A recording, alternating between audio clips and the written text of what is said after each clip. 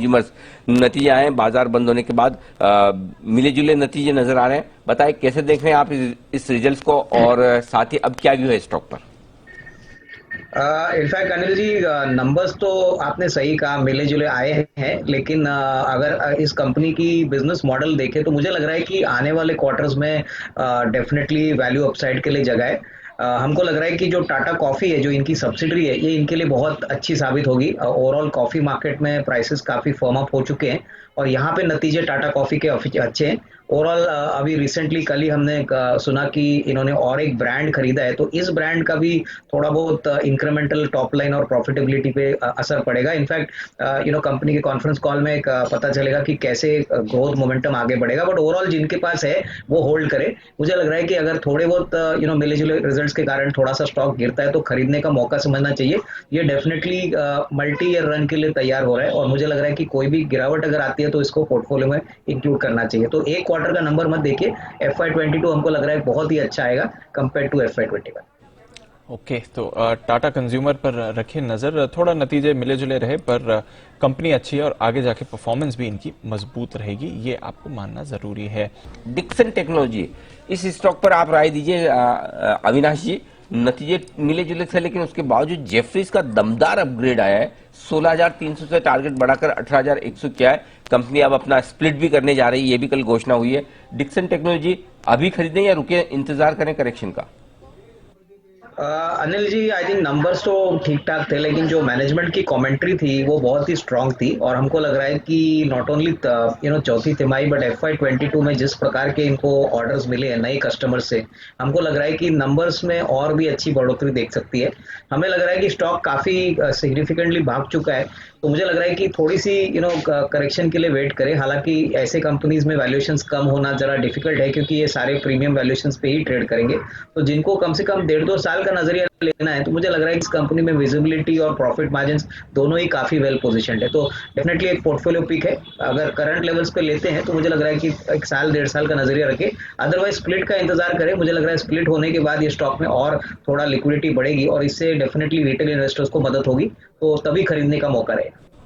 Pi industries, हमारे सारे experts ने लगातार रिकमेंड किया है और ये देखिए नतीजे आएंगे में भी हमने इनफैक्ट अविनाश जी को भी काफी पसंद रहा है। अविनाश जी 2150 पर खुल रहा है, बताएं सर आपकी राय। नहीं, इनफैक्ट अनिल जी आपने सही कहा, नंबर्स बहुत ही अच्छे हैं। आज कंपनी की कॉन्फ्रेंस कॉल भी है। मुझे लग रहा है कि एग्रो स्पेस में ये सबसे वेल पोजीशनड है। हालांकि वैल्यूएशन एक्सपेंसिव है, लेकिन जिस प्रकार का इनका बिजनेस मॉडल है, जिस प्रकार के मार्जिन है, मुझे लग रहा है कि स्टॉक को डेफिनेटली ये लेवल से भी अगर कोई खरीदता है तो मीडियम टू लॉन्ग टर्म में अच्छा पैसा बनेगा। तो यहाँ से मेरी राय में तो कोई भी गिरावट अगर आती है कोई भी कारण से तो इसको एक्यूमुलेट करना चाहिए। बिल्कुल, तो खरीदारी करके चलें। पीआई इंडस्ट्रीज ये है एक स्टॉक जो आपको एक्शन में दिखेगा। अविनाश जी, एक छोटा स्टॉक आयन एक्सचेंज, इसके आए थे नतीजे और थोड़ा निराश किया है। आय में गिरावट देखी, हालांकि कामकाजी तौर पर अच्छे रहे और बजट में भी एक बार फिर से वाटर डेवलपमेंट सैनिटेशन को लेकर कई सारे अनाउंसमेंट थे। तो आगे का आउटलुक कैसे बनता है इस स्पेस पर सर? मुझे लग रहा है कि दीपांशु, ये स्टॉक काफी चल बूझ चुका है और हम लोग ने काफी लेवल 600 650 लेवल्स में ये इसको हम हमारे क्लाइंट्स को रेकमेंड भी किया था। हमको लग रहा है कि थोड़ी बहुत मुनाफा वसूली डेफिनेटली पॉसिबल है क्योंकि नतीजे थोड़े से मिले जुले हैं।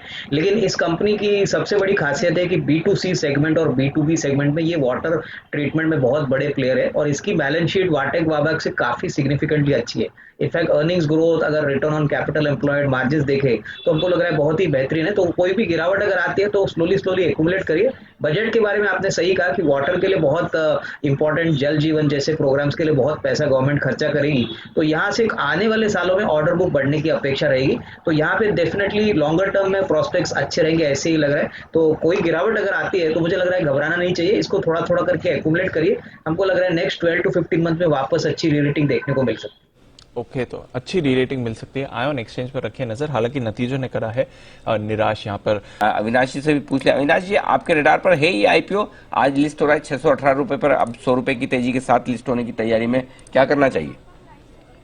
नहीं, मुझे लग रहा है कि अनिल जी, होम फर्स्ट एक काफी स्ट्रांग हाउसिंग फाइनेंस कंपनी है, काफी वेल एक्सपीरियंस प्रमोटर्स है, और जिस प्रकार से अभी अफोर्डेबल हाउसिंग को बूस्ट मिला है, हमको लग रहा है कि आने वाले दिनों में ये कंपनी अपने नतीजे प्रेजेंट करेगी, काफी स्ट्रांग रहेंगे। तो जिनके पास मेरे ख्याल से पब्लिक इशू का अलॉटमेंट है, मेरे ख्याल से थोड़ा सा रुकिए, मुझे लग रहा है कि थोड़ी और तेजी आ सकती है। होपफुली आजकल में जब बल्क डील्स होंगे तो हमको पता चलेगा कि कोई बड़े निवेशकों ने यहाँ पे सेकेंडरी मार्केट से शेयर उठाए कि नहीं। तो मेरे ख्याल से प्लीज होल्ड करिए, आने वाले दिनों में क्वार्टरली नंबर आने के बाद, मैनेजमेंट कमेंट्री आने के बाद इसमें और थोड़ी तेजी आ सकती है, डायरेक्शनल व्यू बन सकता है। तो मेरे ख्याल से होल्ड करें, जल्दबाजी ना करें बिकवाली की। ओके, तो होल्ड करें, जल्दबाजी ना करें बिकवाली की। और अनिल जी ने भी आपको बताया था कि अब आप स्टॉप लॉस लगा के इसे ट्रेल जरूर करते रहें। 20% की अच्छी लिस्टिंग हो रही है, देखते हैं वहां से और मोमेंटम बढ़ेगा या नहीं। कैसे देखते हैं आप अविनाश जी, इस सेगमेंट के लिए पीएलआई स्कीम को किन शेयरों पर नजर रखी जाए? मुझे लग रहा है कि आई थिंक अनिल जी ये बहुत पॉजिटिव डेवलपमेंट है, और अगर हम सारे प्लेयर्स को देखें तो मुझे लग रहा है कि पूरा सर्फेक्टेंट सेक्टर काफी चर्चे में रहेगा। इनफैक्ट काफी कंपनीज ने बहुत अच्छे नतीजे दिखाए। मेरे ख्याल से आई थिंक आरती सर्फेक्टेंट्स और जो अल्ट्रामरीन पिगमेंट्स है, यहाँ पे नजर रखिए। मुझे लग रहा है कि दोनों ही शेयर्स में रिस्क रिवॉर्ड काफी अच्छा है। निवेशकों को अगर अगले 6 से 12 महीने में अच्छे रिटर्न चाहिए तो मुझे लग रहा है कि ये बहुत अच्छे विकल्प हो सकते हैं। तो यहाँ पे डेफिनेटली पॉजिटिव ट्रैक्शन रहेगा। आइए बढ़ते हैं आगे, और अविनाश जी हमारे साथ तैयार है बताने के लिए अपनी 10 की कमाई का शेयर। अविनाश जी बताएं सर। अनिल जी, जो स्टॉक मुझे पसंद है वो टूरिज्म सेक्टर रिलेटेड है, और कंपनी का नाम है महिंद्रा हॉलिडेज। हमको लग रहा है कि जैसे जैसे कोविड के केसेस कम हो रहे हैं और नॉर्मल सी आ रही है, हमको लग रहा है कि महिंद्रा हॉलिडेज ये टूरिज्म और होटल सेक्टर में बहुत ही अच्छा विकल्प है। कंपनी कैश रिच है, कंपनी का जो बिजनेस मॉडल है वो भी बढ़िया है। प्लस जिस प्रकार के कमेंट्री हमको पिछले क्वार्टर में मिली थी, हमको लग रहा है कि तीसरी तिमाही भी बहुत अच्छी आएगी।